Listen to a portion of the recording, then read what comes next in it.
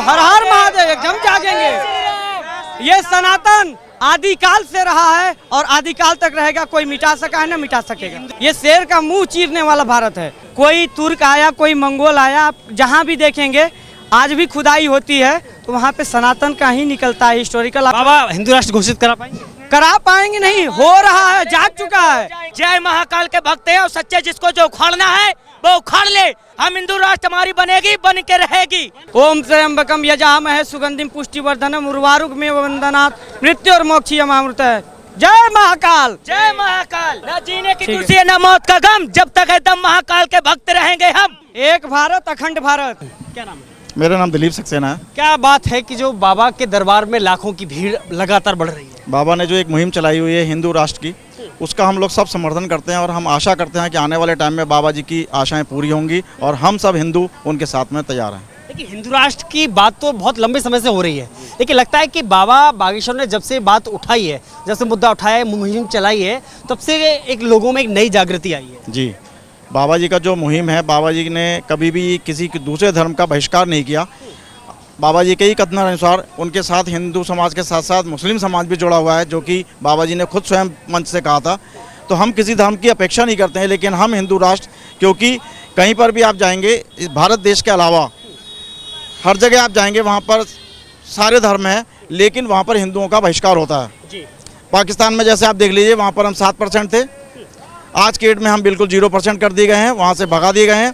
कुछ लोग वहाँ से पंडितों के रूप में भगाए गए, कश्मीर से भगाए गए। लेकिन जब हिंदू राष्ट्र की बात करते हैं तो हिंदुस्तान में अगर हैं तो हम हिंदू राष्ट्र की बात कर सकते हैं। हम हिंदू सारे उन लोगों के साथ हैं, बाबा जी के साथ हर तरीके से समर्थन के तैयार हैं। लेकिन दूसरे संप्रदाय के, दूसरे मत पंथ को मानने वाले लोग ये कहते हैं अगर हम मुस्लिम राष्ट्र की मांग करें तो मुस्लिम राष्ट्र की कैसे मांग करेंगे? क्योंकि जब पहले बंटवारा हुआ था 1947 की अगर बात करते हैं, 1947 को अगर आप उठा के देखेंगे तो उस टाइम में जो नेहरू जी थे या कांग्रेस जी जो थे, उन्होंने एक ऐसी मुहिम चलाई हुई थी कि अगर उन्होंने बंटवारा किया था तो कायदे में बंटवारा उसी समय ऐसा होना चाहिए था, सारे हिंदू यहाँ रहने चाहिए थे और सारे मुसलमान चले जाने चाहिए थे। अगर वो आज बंटवारा सही तरीके से हुआ होता तो आज शायद ये काश जो हम देख रहे हैं वो ना हुआ होता। ये बाबा के दरबार में जन सैलाब की आप एक मूल वजह क्या मानते हैं? विश्वास या अंधविश्वास? विश्वास। बाबा जी ने कभी भी अंधविश्वास की बात नहीं की, ना वो ये कहते हैं कि हम कोई चमत्कारी हैं।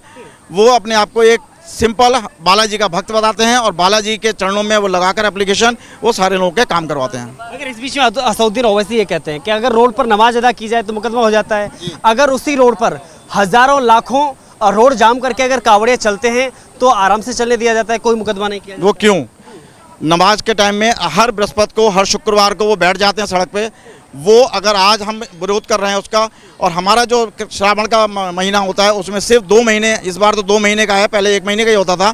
आज के डेट में अगर हिंदू की बात करते हैं तो हम कांवड़ में कभी भी हम किसी धर्म के प्रति और किसी और दूसरे धर्म के प्रति हम कभी भी आक्षेप नहीं लगाते हैं, जबकि मुसलमानों का हमेशा ये रहा है कि हम जो कर रहे हैं वो सही है। हम हिंदू में रहकर जितने भी आप लव जिहाद और ये सब देख रहे हैं वो सारा मुसलमान के द्वारा ही हो रहा है, तो ये क्यों ना कहा जाए? नहीं, वैसे तो कह रहे हैं ना कि ये एक घर में, एक देश में 2 कानून है, तो एक जैसा कानून कहाँ है कि भाई अगर कावड़ यात्रा निकालेगा तो उस पर मुकदमा नहीं होगा, अगर वो नमाज अदा करेंगे तो मुकदमा हो जाएगा। तो रोज क्यों होगा?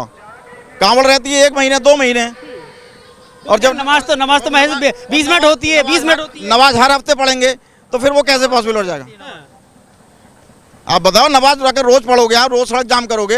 हम 2 कानून नहीं है। नहीं, हम बात करते हैं अभी यूसीसी आ रहा है, उसके हिसाब से हिंदू राष्ट्र के हिसाब से जो हमारा एक कानून बनेगा, चाहे वो मुसलमान के लिए बनेगा चाहे हमारे लिए बने, सबका एक कानून हो जाएगा। उस बात पे हम समर्थन करते हैं। जी, बाबा का इस बात पे समर्थन करते हैं। जी, तो लगता है बाबा ने लाखों करोड़ों हिंदुओं को, सनातनियों को जगाने का काम किया है। जी, बाबा जी ने सही काम किया है। हिंदू सनातनी अब तक जो हिंदू थे जातियों में बटे हुए थे, जो जातियों में बटे हुए थे वो आज की डेट में एकत्रित हो गए हैं और एक हिंदुत्व की बात लेकर अगर चलते हैं तो हम आज की डेट में भी कहते हैं कि हम राष्ट्र के लिए हम जातियों में ना बटकर एक हिंदू की बात करें और हिंदू के पक्ष में हम बात करने की बात करते हैं। क्या नाम है आपका? अनंत कौशिक। बाबा बागेश्वर ने देश के लिए ऐसा क्या किया है कि आज करोड़ों लाखों मतलब हिंदू समाज और सनातन को मानने वाले लोग उनके सामने हैं, नतमस्तक हैं? बाबा बागेश्वर ने क्या किया है कि सनातनियों को ऊपर कर दिया है। पहले सनातनी बहुत दबे हुए थे, किसी ने उनको मतलब उनके कास्ट के उससे काट दिया, धीमे धीमे करके उनको बेचारे को बहिष्कार कर रहे थे।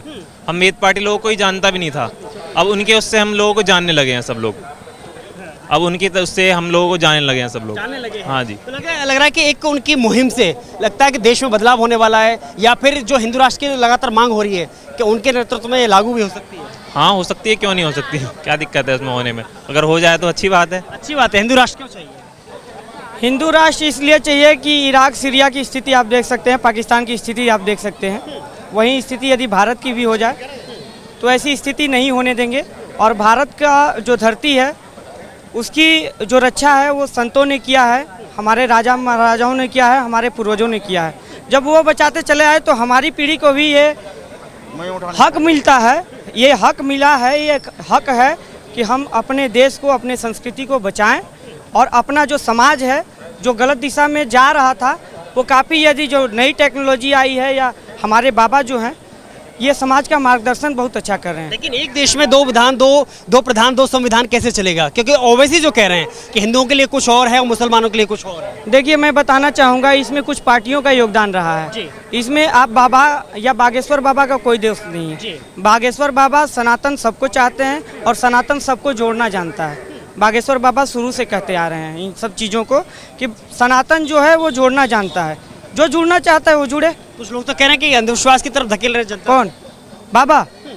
हमारा सनातन ही वैदिक जो है संस्कृति का सबसे बड़ा, जो आप यदि देखेंगे, एक चीज़ मैं बता दूं, वो मंदिर जो है साउथ में एक मंदिर है, आप उसका नाम सुने होंगे, जो कि बिना पिलरों के स्थित है। वो चीज़ किसी के अंदर है। अभी हिमाचल प्रदेश में आप तत्कालीन, मैं अभी आपको उदाहरण दे रहा हूँ कि सारे पुल बह गए और हमारा जो महादेव का मंदिर था 400 साल पुराना, जो वैदिक स्ट्रक्चर पर डिजाइन था वो नहीं बहा, हिला भी नहीं, जो कि ढलान के जहाँ पे पानी का फोर्स ज़्यादा है वहाँ पे है वो मंदिर और नहीं बहा। तो हमारा जो वैदिक है, जो वेद है, वैदिक साइंस है, जो वैदिक विज्ञान है, वो अपने आप में अद्भुत है। आपको जोड़ने की जरूरत नहीं है, जो लोग जान जाएंगे खुद जुड़ जाएंगे। लग रहा है लोग जाग रहे हैं, एकदम जाग रहे हैं। सनातन के लिए महादेव, हर हर महादेव, एकदम जागेंगे। ये सनातन आदिकाल से रहा है और आदिकाल तक रहेगा, कोई मिटा सका है ना मिटा सकेगा। हिंदुस्तान ये नया भारत है। नया भारत नहीं है, सदियों से भारत है, राजा भरत का देश है ये।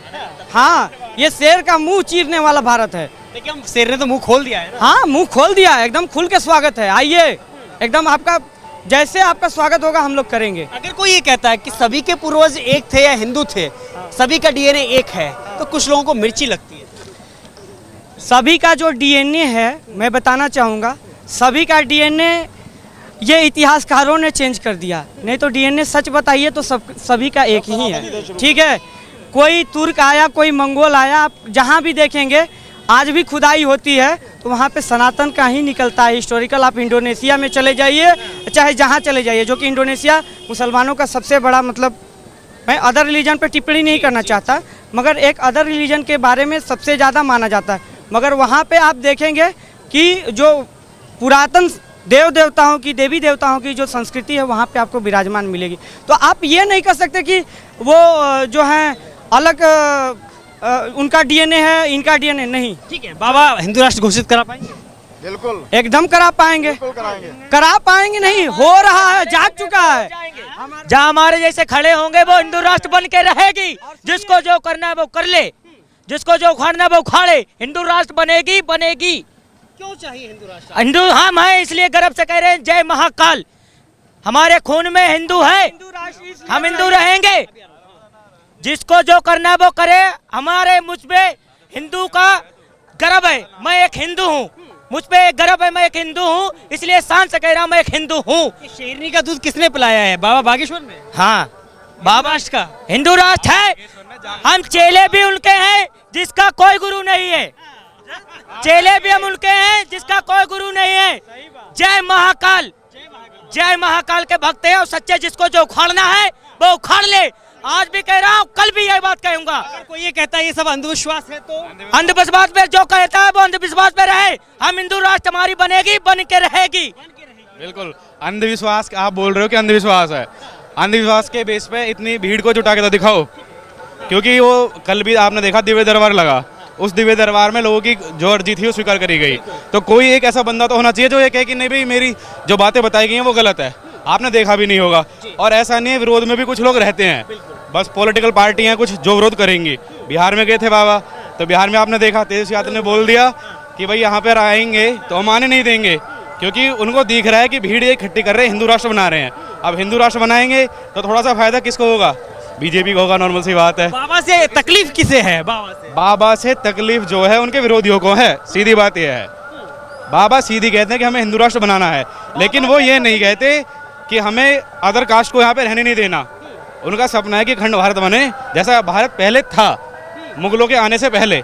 आपको पता है कि हिंदुस्तान में जितने भी ज़्यादातर मोमडन है कन्वर्टेड है सब। आप डीएनए उठा लो, अभी पाकिस्तान में क्या हुआ था, रिसर्च हुई थी अभी, तो वहाँ पर 60% लोगों का जो डीएनए था वो हिंदुओं का निकला। तो इस वजह से अखंड भारत बनना भी चाहिए। सभी को एक कर रहे हैं इसलिए तकलीफ हो रही है दूसरे लोगों को। बिल्कुल, बाबा तो एक करेंगे ही, बाबा संत हैं, बाबा जोड़ने का काम करेंगे ही। बाबा हमारे संत हैं, वो तो जरूर जोड़ेंगे। अब दिक्कत इसमें उनको आ रही है कि अफगानिस्तान बन गया, बांग्लादेश बन गया, पाकिस्तान बन गया, अब भारत का एक और रूप। और बाबा ये चाहते हैं कि हमारा भारत अखंड हो, हमारा भारत पूरे दुनिया पे राज करे, हमारा भारत पूरी दुनिया पे राज करे। बाबा ये चाहते हैं। हमारा जो है संतों का ये श्रेणी ही रहा है कि समाज को जोड़ना। संतों ने कभी नहीं चाहा कि मैं समाज को तोड़ूं। आप यदि निगेटिविटी लेके मिलेंगे संतों से तो आप कभी भी उनको नहीं समझ पाएंगे।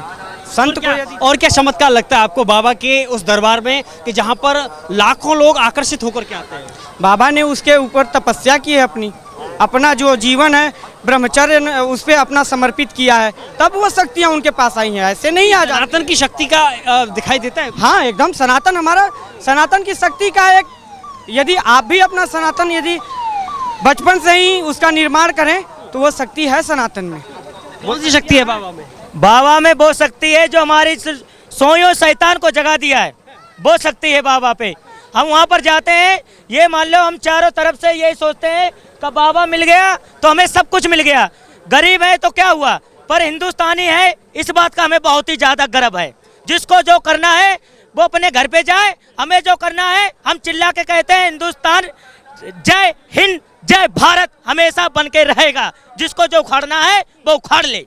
एक भारत अखंड भारत, जय श्री राम, आर्यावर्ते जम्बूद्वीपे भारत खंडे। ठीक है। ओम त्र्यंबकम यजामहे सुगंधिम पुष्टिवर्धनम उर्वारुक में वंदनात् मृत्यु और मोक्षयमामृत है। जय महाकाल, जय महाकाल। न जीने की खुशी है न मौत का गम, जब तक है दम महाकाल के भक्त रहेंगे हम। जिसको जो उखाड़ना वो उखाड़ ले।